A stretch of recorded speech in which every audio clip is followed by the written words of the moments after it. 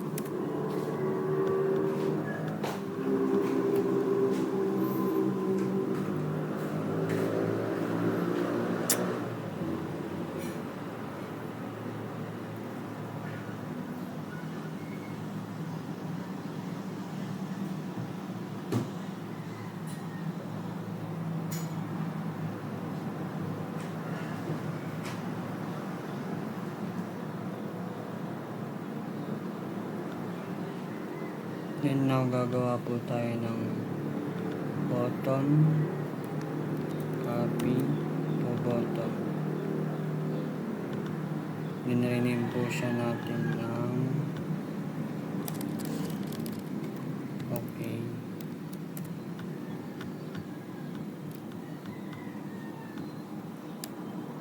Then cancel. Then punta po tayo sa label. Dalawa. Then rename po siya natin ng username.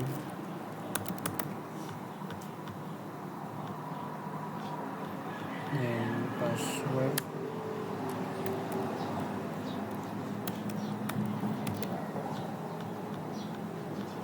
Then this box ay label box. Rename po siya natin ng registration.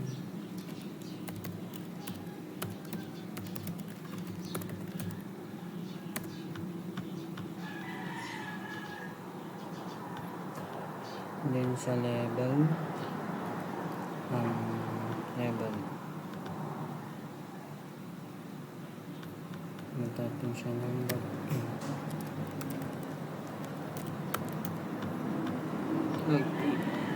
Then punta po sa text box.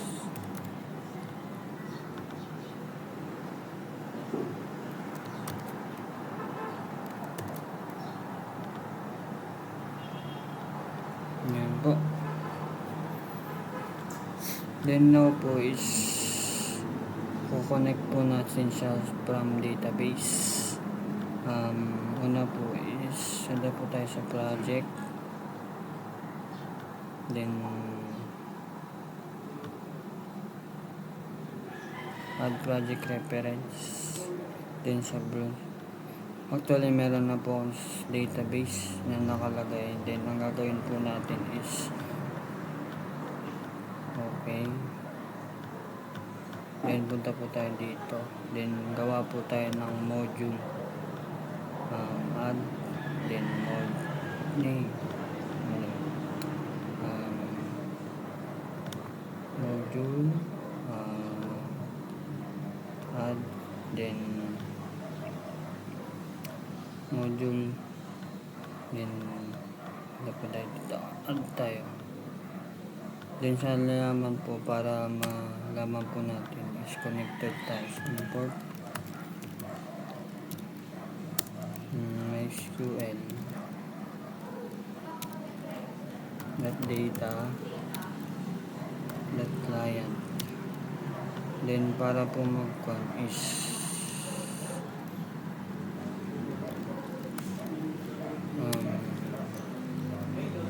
sub open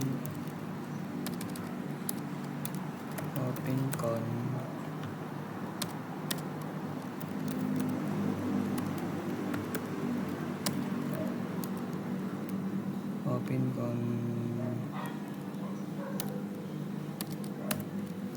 then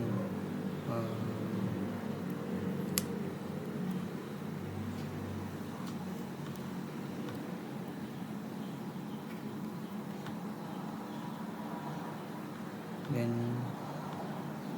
tayo dito sa may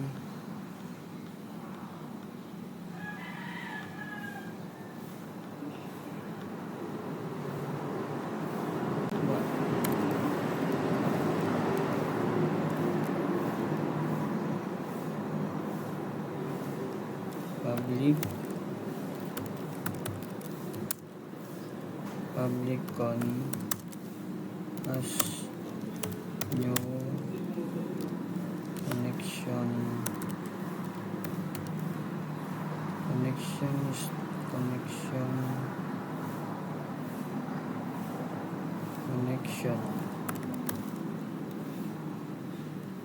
string connection string.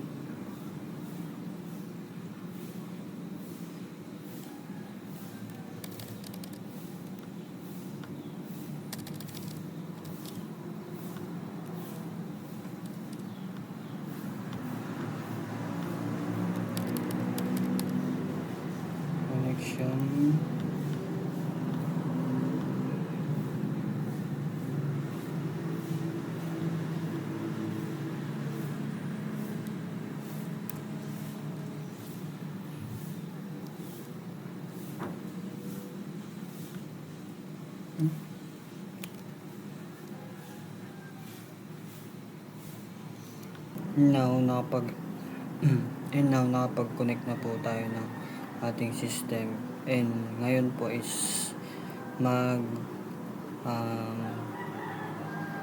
kung ano naman po tayo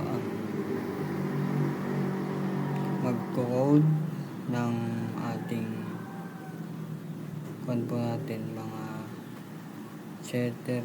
Then itong mga add back and registration inform, then itong form 1 design natin na kung po gagawin po natin is like ipuproduce po natin ito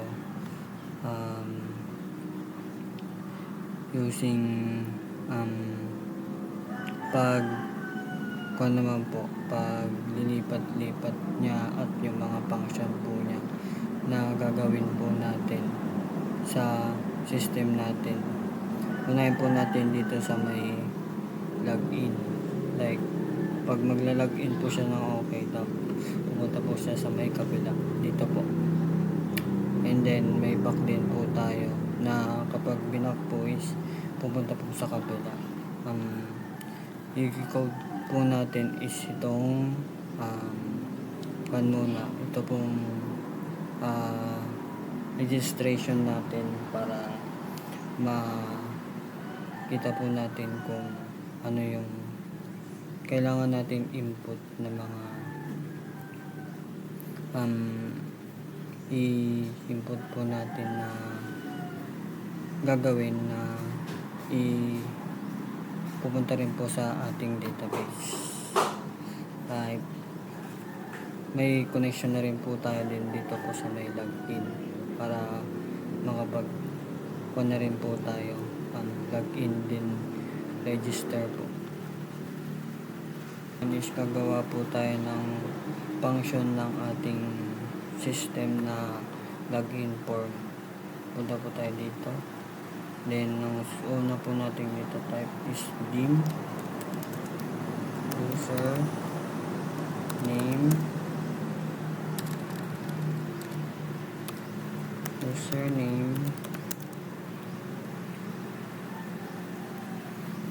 as string text box 1 text dim password string text box 2 ang ating text box 2 dot text. Then una na po tayo sa if username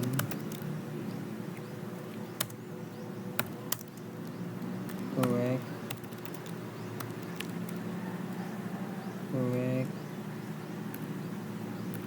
user and also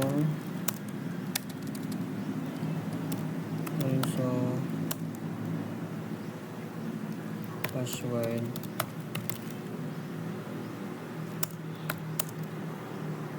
correct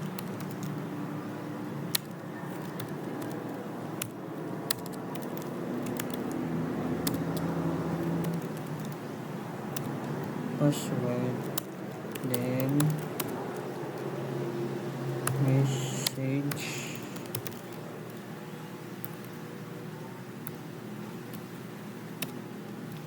box that show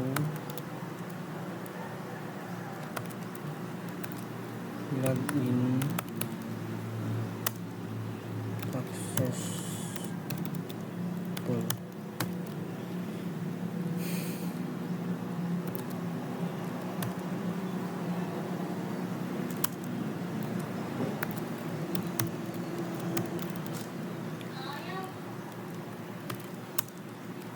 Message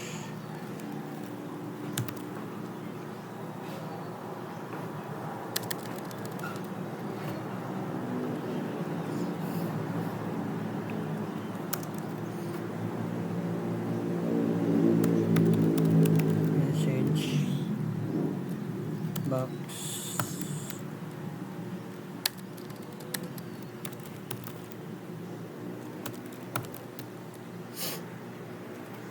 buttons at okay.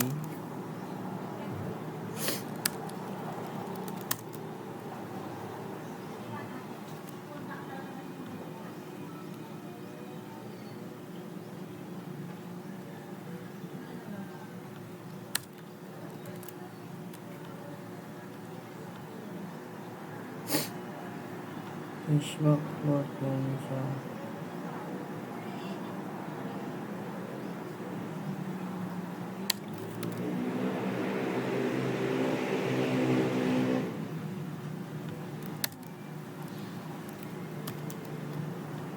okay.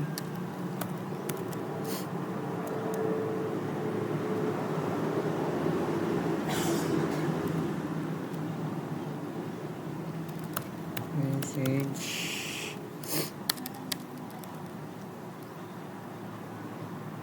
back icon it import then form 3 yung sa pagbabato niya na login na then show then if else naman sa else tayo pag nag-error po is else message box that show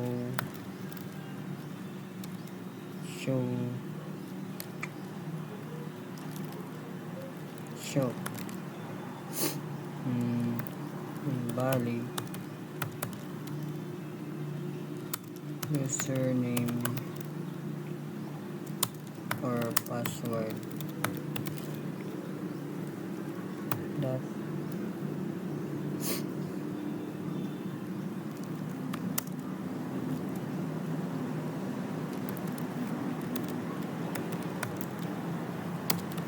error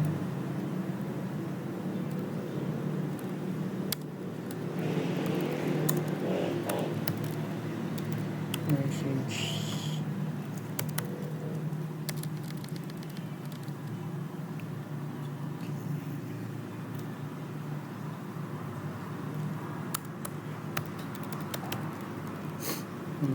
button,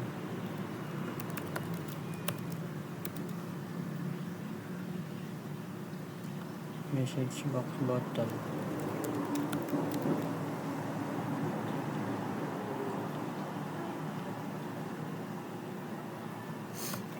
Okay, message.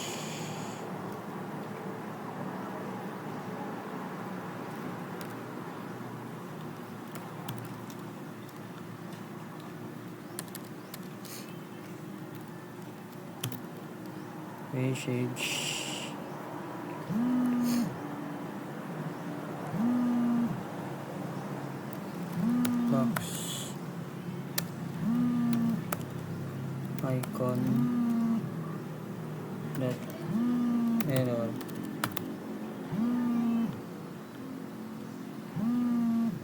Bakit po siya is may mali po tayong okay, that error. Mukhang ito po. Yan. Tapos na po tayo sa may yun. Punta naman po tayo sa form 3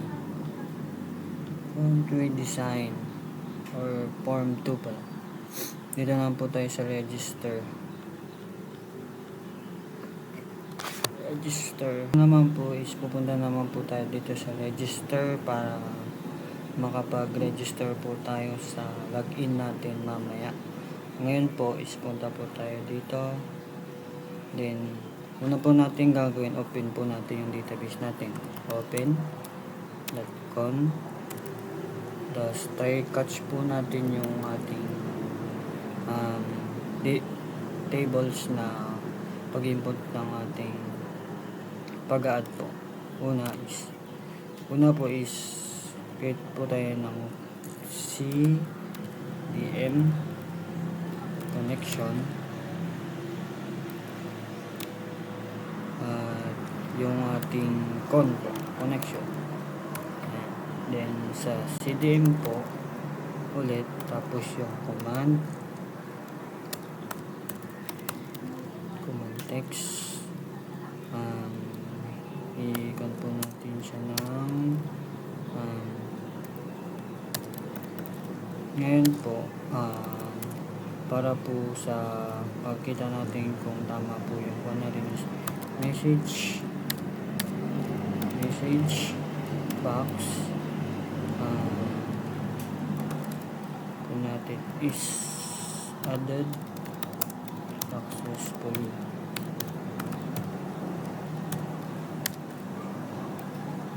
Then naman po kapag gusto po natin, then kailangan po natin i-close yung ating database.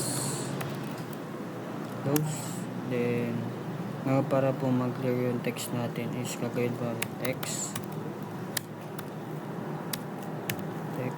box 1 clear. Yan po.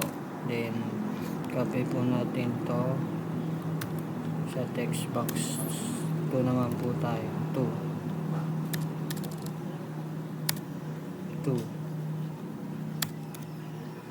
Then sa text box 3 naman po 3. Yan.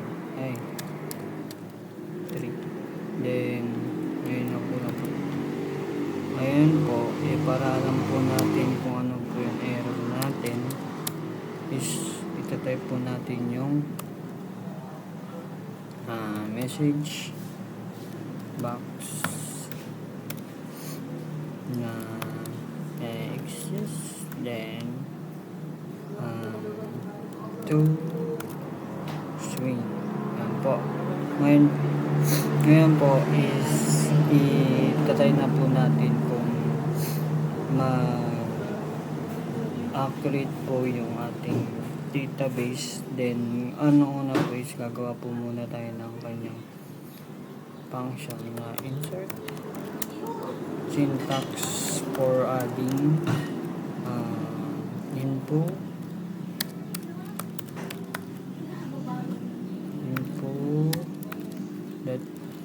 BBL,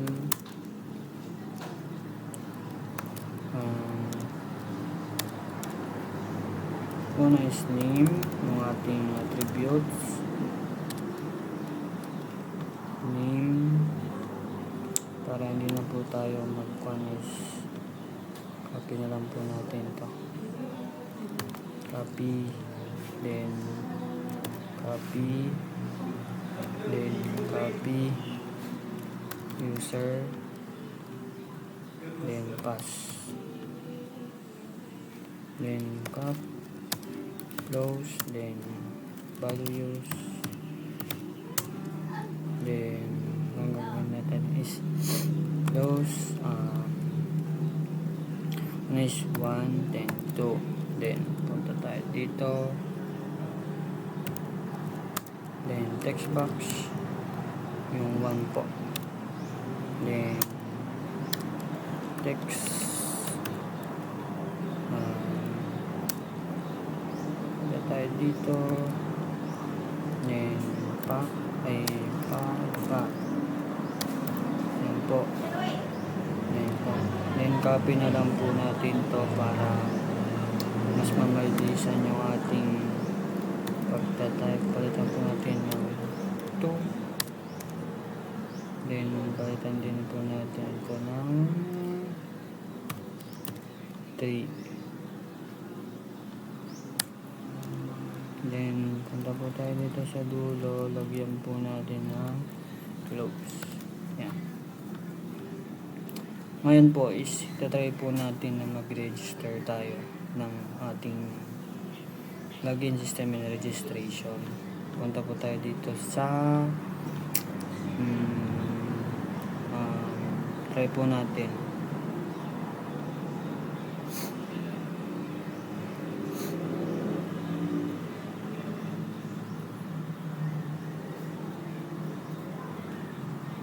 Punta po tayo sa registration.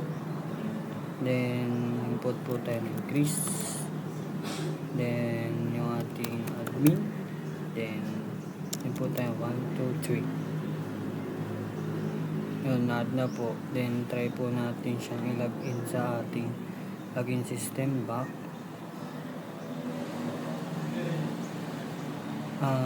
O parang may kulang po is punta po tayo sa may kanyang system. Ulit po. Ito po. May error po siya. Nasaan po yung button? Show button that one. Parang po tayo. Show that one.